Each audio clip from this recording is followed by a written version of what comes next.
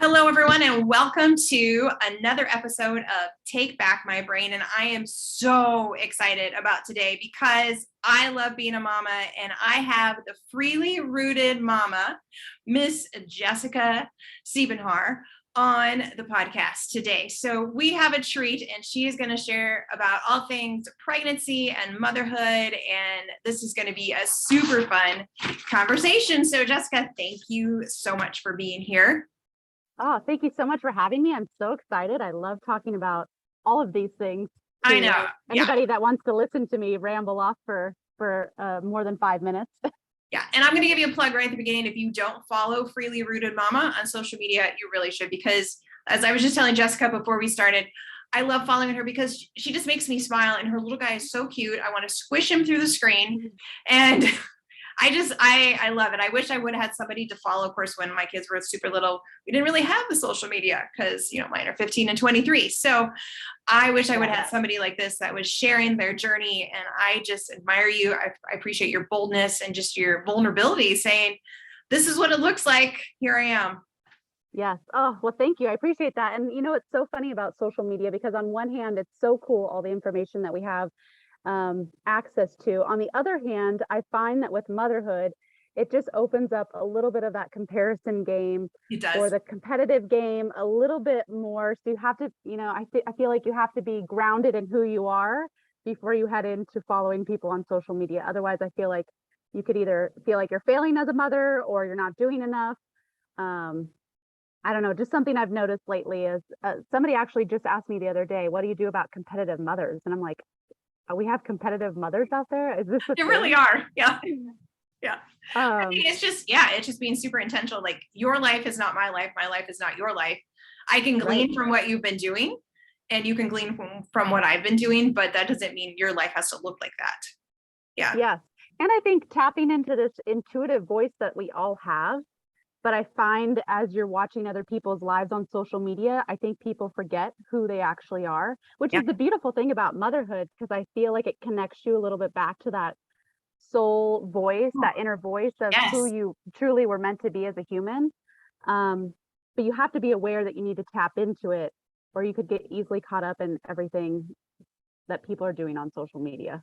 Oh, I completely agree. So how old is your little guy? He's almost 9 months old. Oh my goodness. I believe that we're almost like, I feel like October will be here next month and it'll be a year. Mm-hmm. But yeah, he's 9 months old.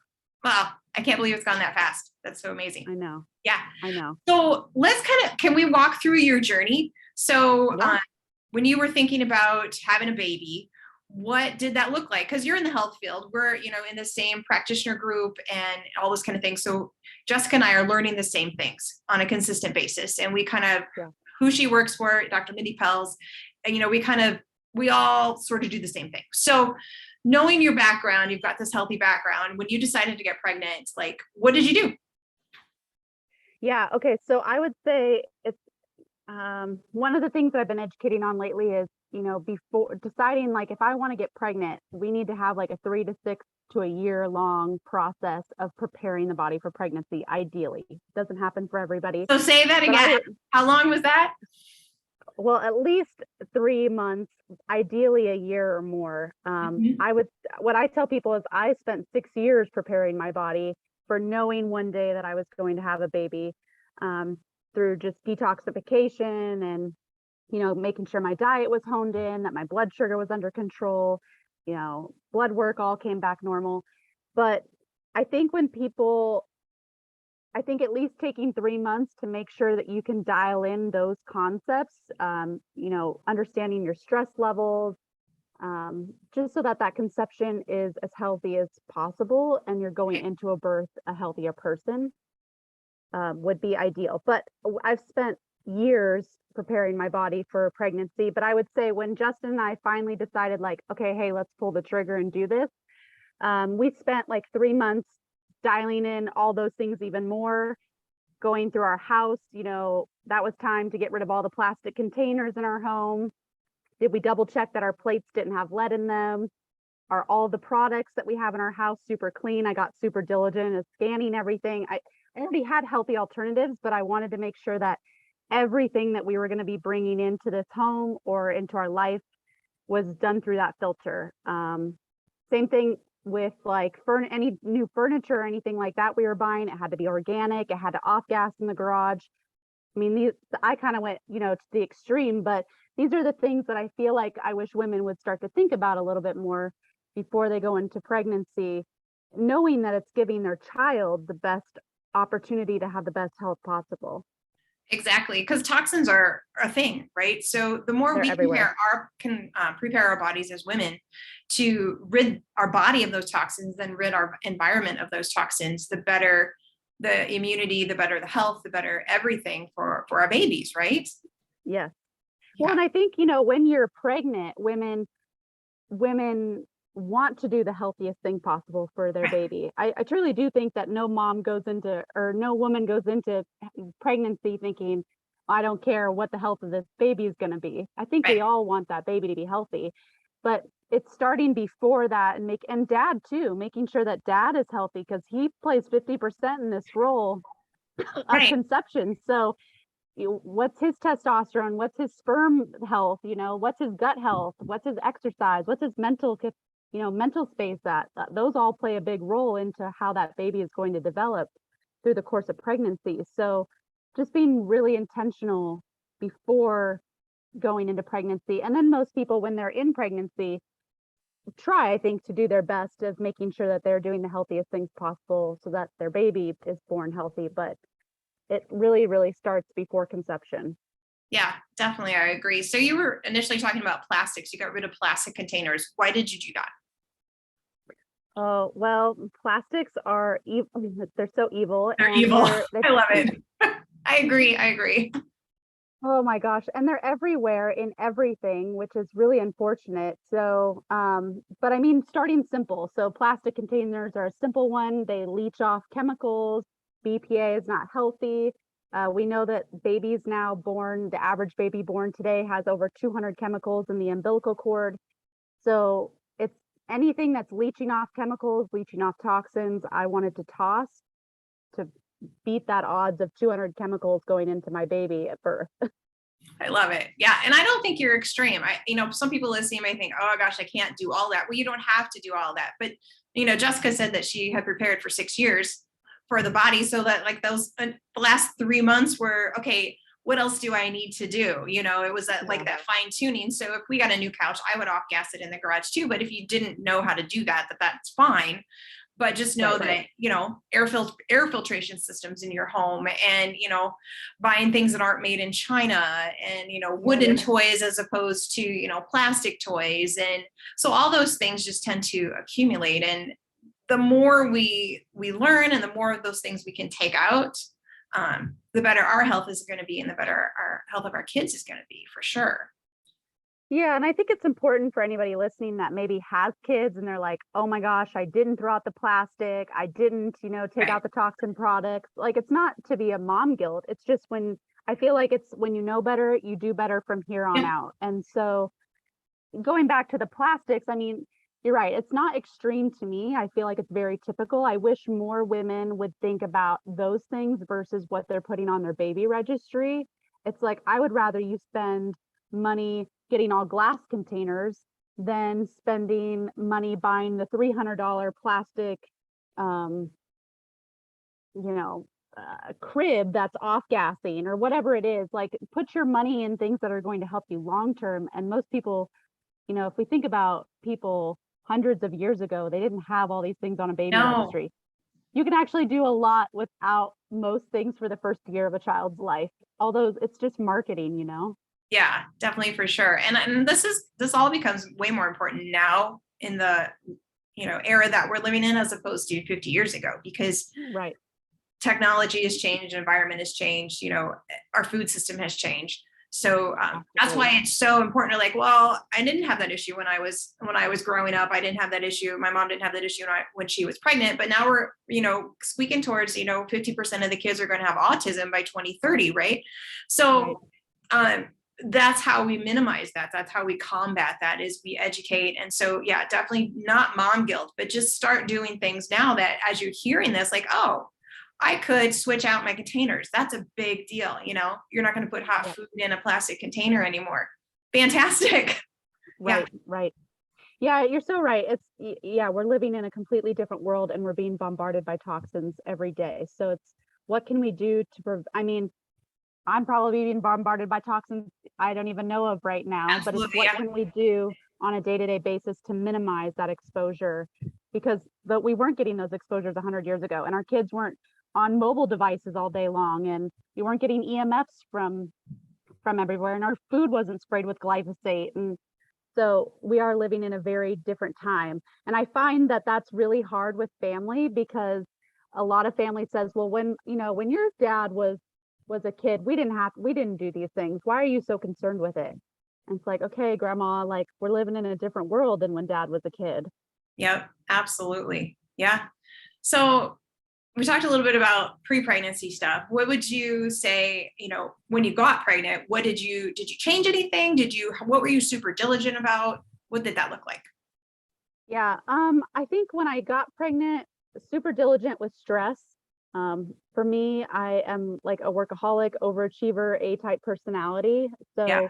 So, again, this isn't mom guilt or anything, but as I was reading research and studies showing like the stress that I'm experiencing is the stress that the baby is going to experience, and hormone, stress, we know that mixes with Right. hormones. I really tried to, stress was probably my number one thing I really focused on during pregnancy, was how to keep myself in a state of joy and happiness and gratitude, and not let things overwhelm me. So that would be the first thing. The So what did second you thing do? is, What did you do for that? my Everybody's husband like, yeah, was that sounds great. So how'd you do it? uh, walks. I feel like walking usually clears my mind. Mhm. So every day I made sure that I was getting out walking just around the block, or around our office, 1 to 2 times. My husband is probably the main force of that. He knows that I am easily stressed, so him reminding me to breathe, or just talking me off the ledge, or he would come into the room if I was stressed out, and he'd be like, okay, I want 5 things right now that you're grateful for. Bang them off. And we know that gratitude automatically switches you Right. into this. You can't be mad and grateful at the same time. So just listening to music, things that I knew that were going to uplift me. The Office is my favorite show on the planet, so sometimes I'd get a clip of The Office and just laugh. But yeah, those were the big things that were easy to do to keep stress down. I love it. I love the fact that your husband was involved in that too. So, and I think there's probably some women listening here like, I don't feel like my husband is involved in this process and it kind of all falls on me. So what do you have to say to that? Oh, well, I would say if you're thinking about having a baby, have this conversation before deciding to have a baby. Because it really takes two for this journey. I know that it's not always Absolutely. how it works out, but it's a partnership and it's a family and it's taking two people. So have the conversation beforehand. But if you're sitting in pregnancy, and feeling like you're kind of alone in this, I seriously think it's the time to either go into counseling. If you're part of a church, go talk to your pastor about marriage counseling.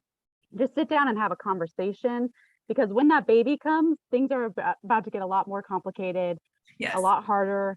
Our doula, one of the most beautiful things she said, and she kept telling us all through pregnancy, just to remind us, was that the first year of baby was really going to be a lot on me, and Justin's involvement was not going to be as much in terms of with Isaac.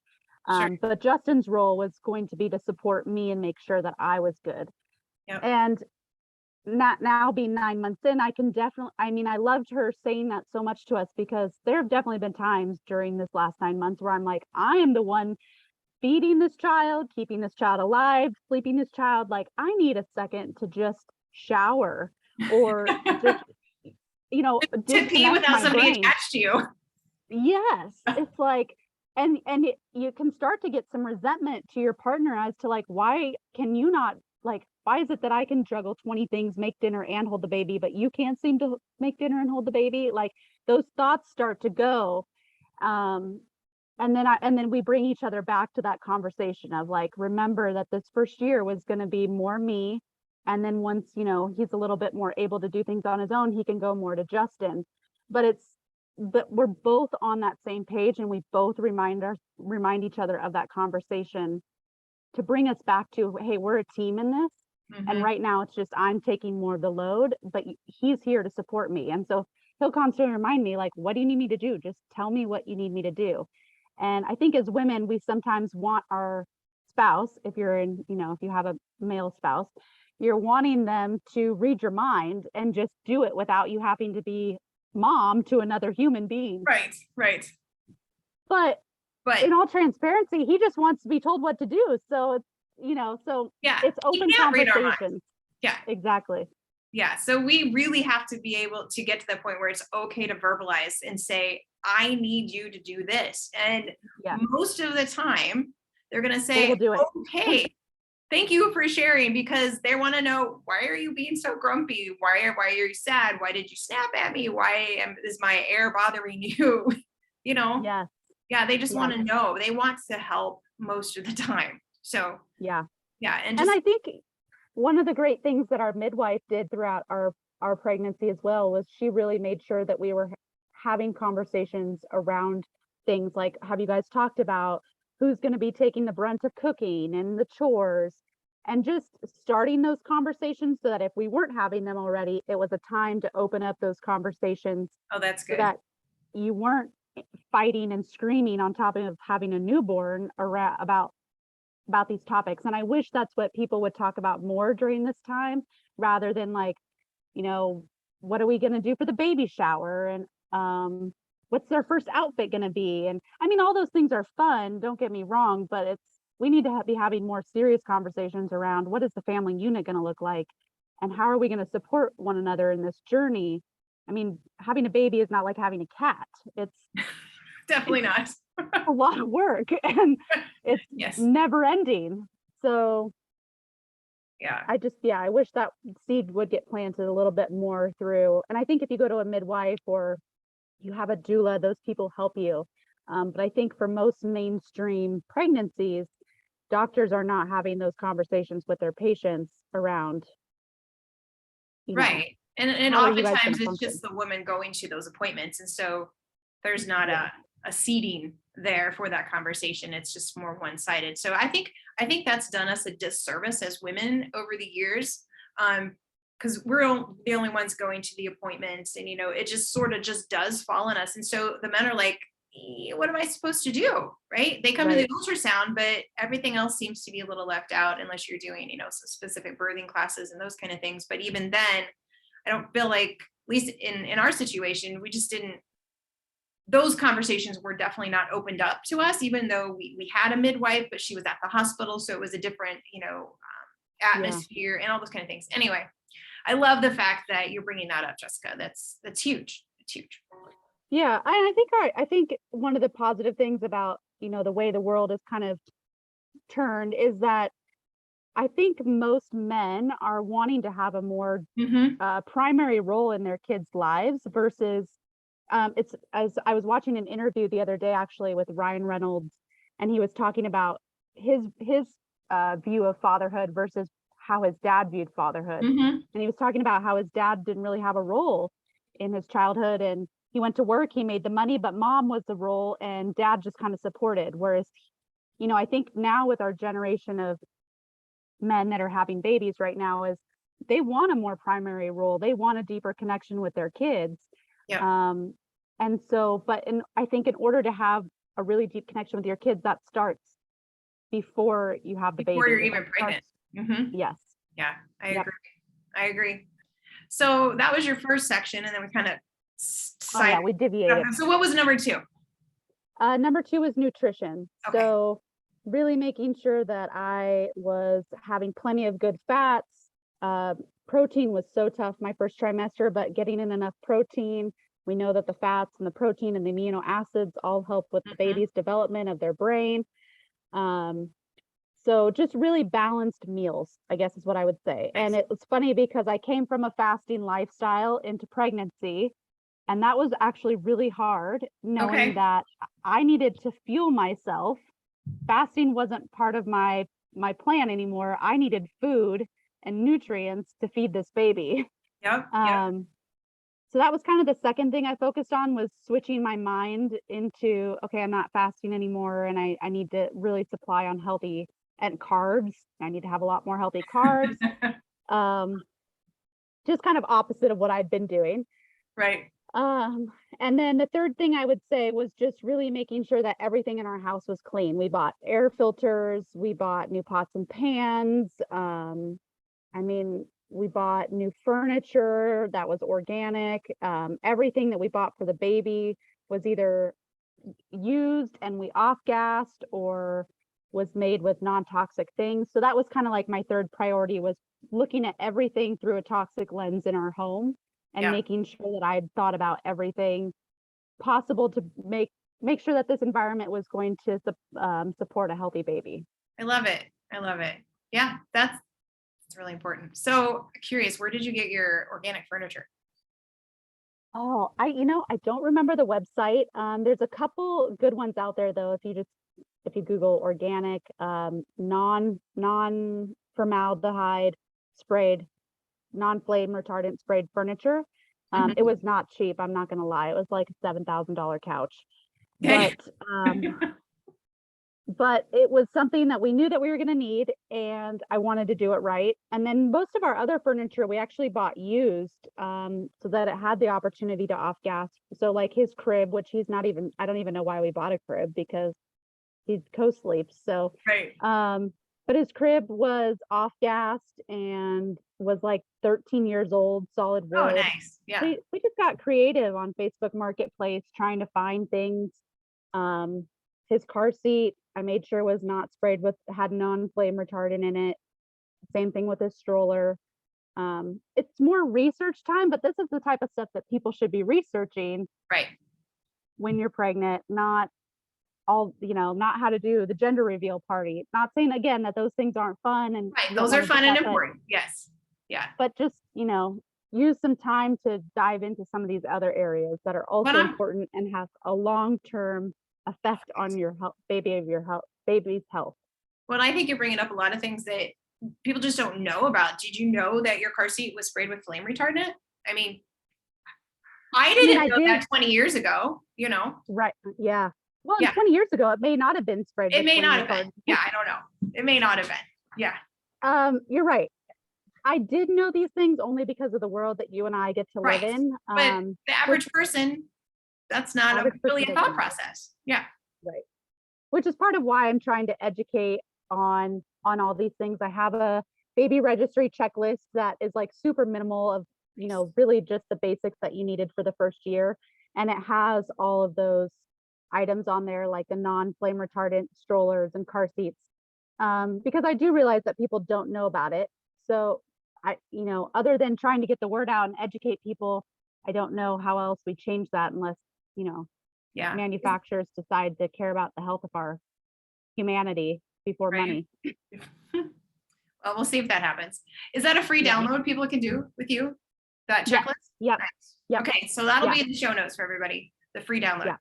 Yeah. Awesome. So that was pregnancy. And then now after pregnancy, 9 months, what's kind of rocked your world, and what are you doing specifically that you intended to do? And then other things you're like, oh, I didn't think of that. Oh, that's such a good question. What has rocked my world? What has rocked my world is the amount of opinions. It's kind of an odd thing, but the amount of opinions that people have on the way that you raise your baby, or the things that you're doing. So an example is that we're mostly breastfeeding, and Isaac definitely gained interest in food around 6 months. So we're doing baby-led feeding where he gets to play with his food, and it's more just playing with the food than it is eating, we'll be honest. But it's getting his dexterity, it's getting him to get different textures, that brain connection of how do you grab things and put things into your mouth. It's amazing. I highly recommend it for everybody. But the one caveat is that we give no bad oils. So if we were going to go out to eat with our family, then he doesn't get to eat at that restaurant with that food. He gets no artificial sugar. So sugar's only happening through like fruits and things like that. And fermented food happens once a day, just to get them used to the different. I mean, I didn't grow up eating fermented food, and it's very Yeah. hard to implement now. So Mhm. get them used to the textures and the flavors early. But I say all that to say that some family members have really struggled with the no sugar in the first year. Right. And I and they just do not understand why I'm so adamant about that. But it's so frustrating that I even have to make arguments about why I'm doing what I'm doing for my child. But I mean, we know that sugar disrupts the gut microbiome, which I spent 10 months plus before helping to prepare this Right. baby's gut microbiome. I'm not going to ruin it with some frosting from a cake that, grandparents feel is necessary. Hmm. So, the opinions of other people have been really hard. It's forced me in a good way to find my voice and stick to what I truly believe, and not be afraid to set some boundaries, um, which is really hard for me. Sure. I'm usually not one to voice, my opinions in somebody's face, but having a baby has really forced me to do that and what I think is right. So It brings out that little inner mama bear in you. Even with sugar. yeah, I mean, if that's how you want to raise your child, then I feel people should respect that. So it's yeah, not like you're not damaging them by not giving them sugar, and it's not child abuse by not giving them sugar. So I know. I think you know what? I had a really awesome conversation with a friend about this, and it was kind of on this subject, but food in general, because I find that food is so triggering oh yeah. for people. And I think it says more like, and I'll just give the example of my mother was one of the people that wanted to give him some frosting, and I said no. And I think what she heard in her mind was, oh, that must mean that I was a bad mother because I gave you sugar when you were maybe 9 months old. Mm-hmm. And I find that what I've had to do is just kind of call out that thought that I think is happening. And so for her, I just said, that doesn't make you a bad mom because you did it. We just know differently now. And you didn't Right. know about the gut Right. microbiome when you had me. I know about the gut microbiome, and I know that sugar destroys it. So this is why we're doing it. You're not a bad mom. You're not a bad grandma, but Mm-hmm. just know. So it's usually more about them and Oh, completely. Yeah. their story that they're telling themselves Mhm. than about my choice, but it's still very hard. Right, because they don't want to make a mistake either. They don't want to be the bad grandparent or cause an issue in the relationship, or they might even feel convicted, like, oh, I probably shouldn't be eating sugar then either. I mean, there's Yeah, there's just a lot of pieces to that puzzle, and I love the fact that you were sensitive to that, because it's yeah, so easy to be like, just because, and yeah, not go that extra mile and explain it and validate them as still being a beautiful and wonderful grandparent. And yeah. we're just not going to eat frosting.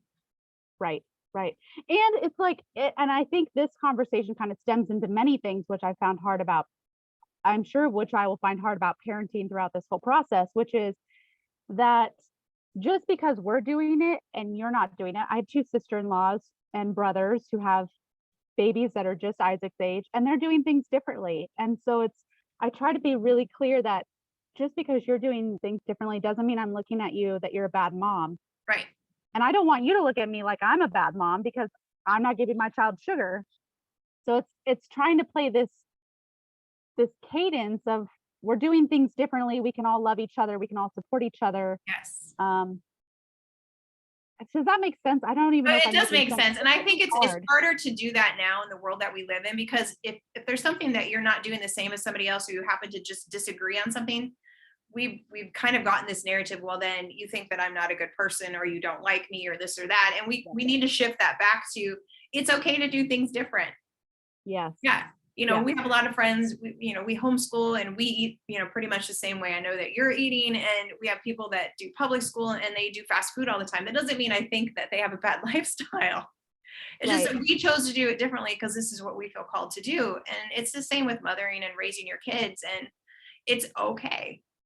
Yeah. And we Yeah. just need to be mindful of that, and just accepting of that it's okay to do things differently.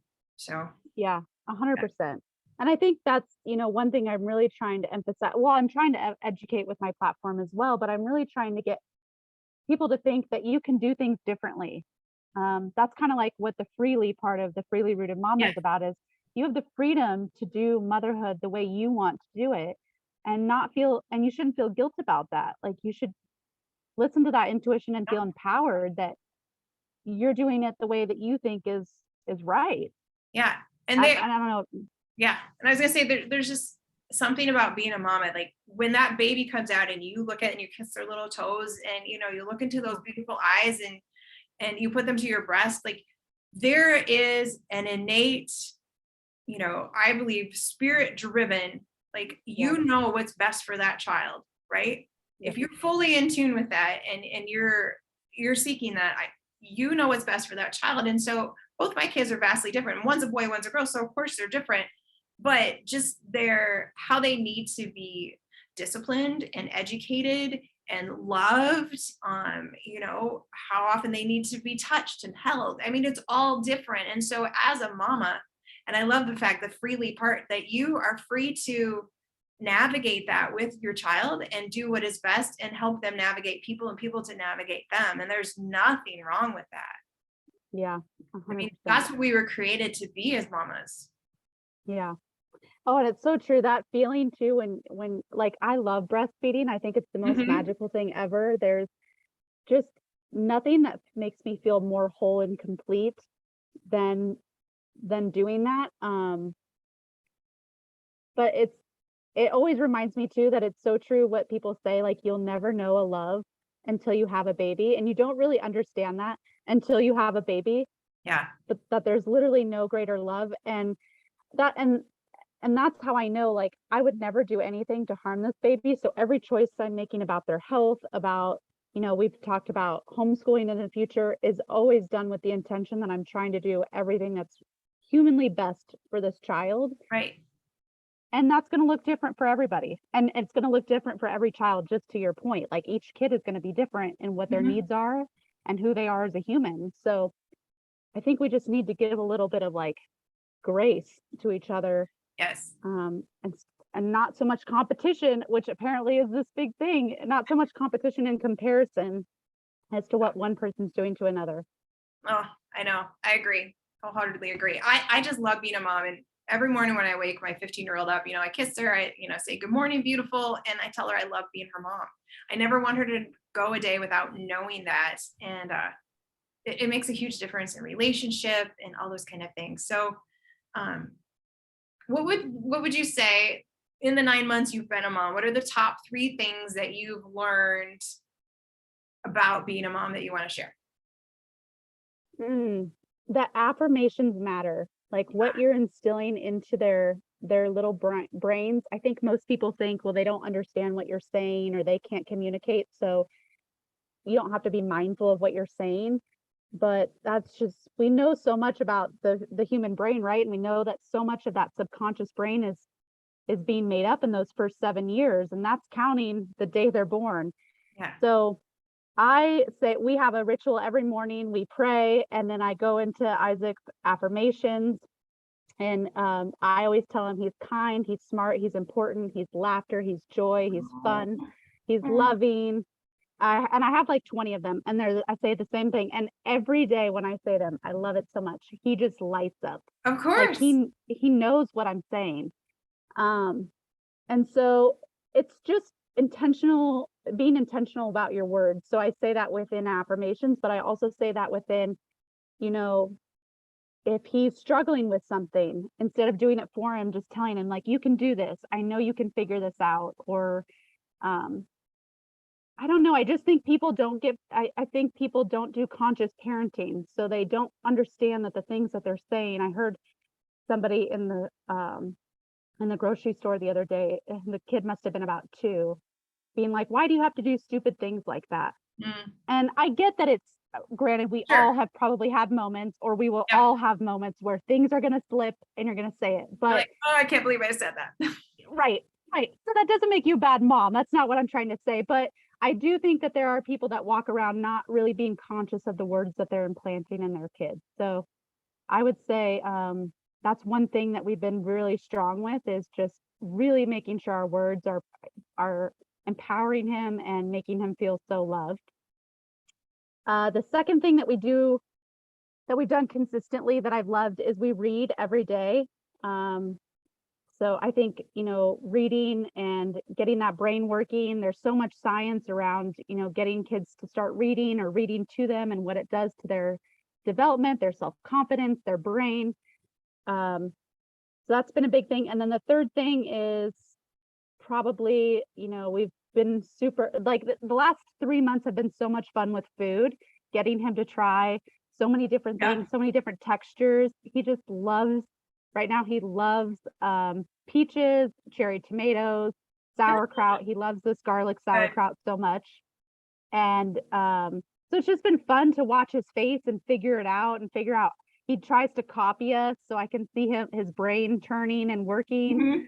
So we've been really intentional with food, and then no screens. He's watched, like, maybe we'll turn on The Office for like a half an hour before after dinner. But otherwise, like, we're not putting iPads. We haven't put on kids movies. Like, we come outside, we sit on the deck, we play together, we read together, we go on walks together.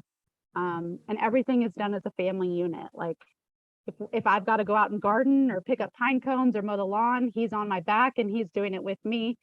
So I really want him to see as he grows up that we are a team. Like, and Justin always calls us Team Siebenhaar. It's a sign that's out on our driveway.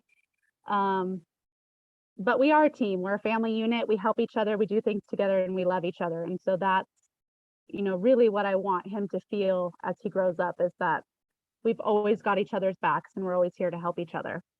I love that. That's a theme that we have in our house too. So we never want anybody to feel like they're alone, and we're going to do this together. This is our journey. This is our family journey. Yeah. I heard too, I was listening to something a couple weeks ago about raising kids, and kids want to be a part of, I mean, it's why kids, try to learn how to do the dishes or unload the dishwasher. They want to feel like they're a part of the family unit and the team. So let them be a part of it and show them what that's like.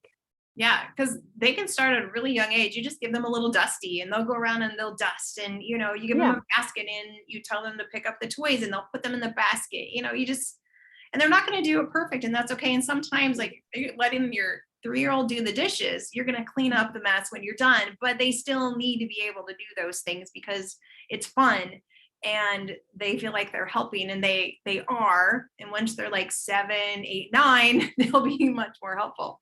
But it's just allowing them to partake in just life.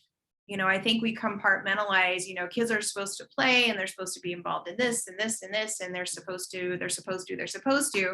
And really what we're designed for is to be a family and to do life together. So activities aren't bad, but they still need to be part of just daily life. Yeah.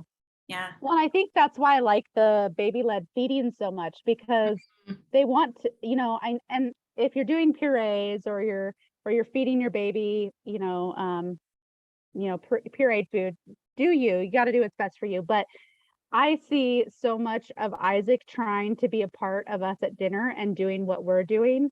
Sure. Versus if I tried to feed that child a spoon, I'm pretty sure he would like throw that thing on the floor. He wants nothing to do with it. He wants to do it himself, and he wants to do what we're doing, which is, which is eating the things, we're all eating the same things. He wants to be copying and doing it too.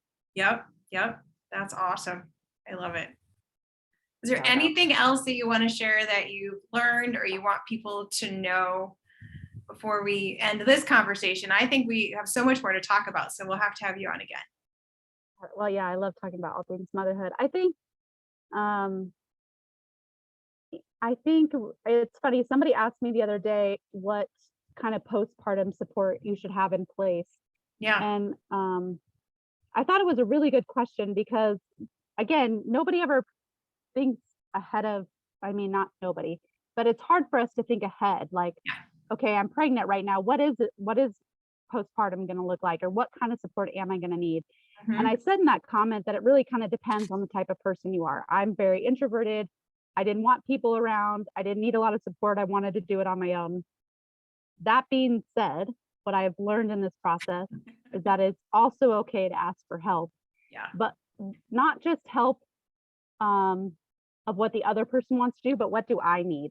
Mm-hmm. So that help to me might look like, I don't need you to hold my baby. Like, I got my baby. I need you to clean the house. I Yep. need somebody to come over and cook meals. I need somebody to come clean the bathtub. Mm-hmm. Um, and most people, like if I had a best friend who had a baby and she said, come clean my toilet, please, like I'm drowning, Yeah. I would 100% love to go help her. But I think as women, we get caught in like, I have to do it all myself. Nobody's going to want to do this. I can't ask for help. And so I think just having conversations with, either your spouse, when we had Isaac, we didn't have a big support team around. So Justin was my main support team, and being open and honest with him about how I was feeling or what I needed. And now that we're around more family, okay, what do I actually need from you guys and how can you help? So I think just having open conversations around what do you need, whether it's during pregnancy or after you have the baby, Right.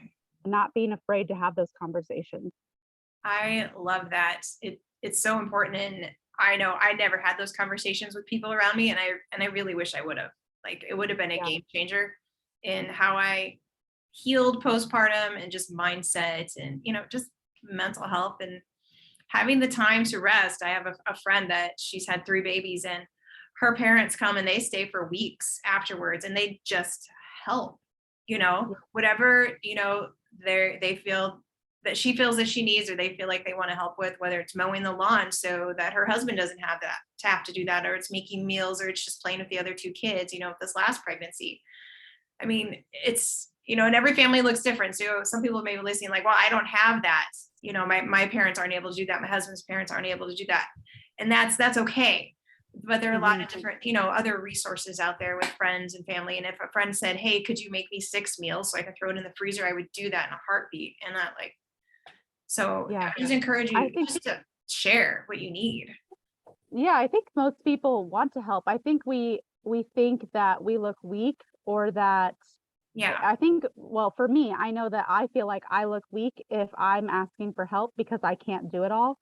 But at the end of the day, like, I don't want to do it all anymore. Yeah. Like, I want to have 100% concentration on my baby. And so if that means I need somebody else to come help me vacuum the house for today, then that's okay. That doesn't make me less of a human being, a less of a mom, a less of a woman.